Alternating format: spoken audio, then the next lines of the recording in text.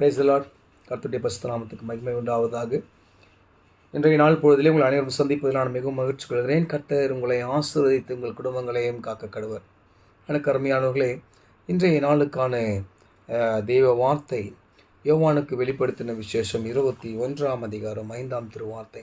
இந்த வெளிப்படுத்தின விசேஷம் 2ஆம் வருகைக்குரிய ஒரு வெளிப்படுத்துதலாக இருக்கிறது. எல்லாவித அடையாளங்களும் அற்புதங்களும் இதில் சொல்லப்பட்டிருக்கிறது. 7 விதமான மங்கின குதிரைகள், 7 விதமான சபைகள், 7 விதமான தூதர்கள், 7 விதமான விளக்குகள் என்று எல்லாம் இதில் சொல்லப்பட்டிருக்கிறது. எல்லாம் அதன் காலத்தில் நேர்த்தியாய் நிறைவேறி கொண்டு வந்திருக்கிறது. அதற்கு உலகத்தில் உள்ள குடிகள் நாமும் தான் சாட்சிகளாக இருக்கிறோம். இதில் ஆண்டவர் இன்னும் அழகாக ஒன்று சொல்கிறார். நீங்கள் பாருங்கள், 5ஆம் திருவார்த்தை 21 5ஆம் திருவார்த்தை.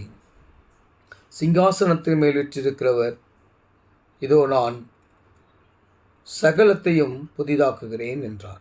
இன்னும் அவர், இந்த வசனங்கள் சத்தியமும் உண்மையுமானவைகள், இவைகளை எழுது என்றார்.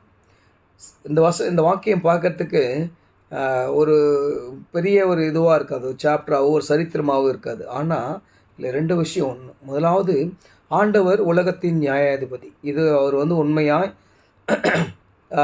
பறைசாற்றுகிறார். நான் தான் நியாயாதிபதி என்பதை இந்த இடத்துல அவர் உறுதிப்படுத்துகிறார். எப்படின்னு சொன்னால், சிங்காசனத்தின் மேல் வீற்றிருக்கிறவர். அப்போ சிங்காசனத்தின் மேல் வீற்றிருக்கிறது யார்? ஒரு சிங்காசனத்தில் யார் போய் உட்கார முடியும்? ராஜா தான் உட்கார முடியும். அப்போ உலகத்தின் நியாயாதிபதி, உலகத்தின் ராஜா ஆண்டவராக இயேசு கிறிஸ்து. 2வது, அவருடைய வார்த்தைகள் சத்தியமும் உண்மையானவைகள். அந்த வார்த்தைகள் ஒரு காலம் ஒழியாது. அழகாக சொல்கிறாரு. அதாவது எல்லாம் ஒழிந்து போயிடும், என்னுடைய வார்த்தைகள் மட்டும்தான் ஆகாது, ஒழிந்து சொல்கிறார். இந்த வார்த்தைகள் சத்தியம் உண்மையான ஒரு வார்த்தைகள், நீ எழுதுன்னு சொல்லி வெளிப்படுத்துகிறார்.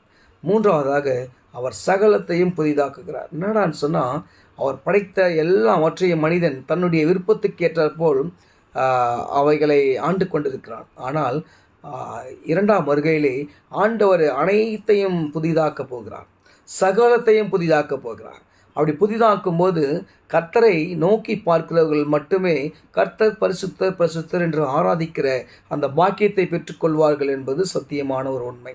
எனக்கு அருமையானவர்களே, இன்னும் காலம் தாமதம் பண்ணிக்கொள்ளாமல் நீங்கள் தெய்வ வார்த்தைக்கு கீழ்ப்படிந்தவர்களாய், கர்த்தர் அவருடைய வார்த்தையை கடைபிடிக்கிறவர்களாய் தன்னுடைய வாழ்க்கையில் பற்றி கொண்டு அவரை நோக்கி ஓடுங்க. ஏன்னா நியாயாதிபதி சிங்காசனத்தின் மேல் வீற்றிருக்கிறவர் சொல்கிறார், அவருடைய வார்த்தை சத்தியமும் உண்மையுமானவை.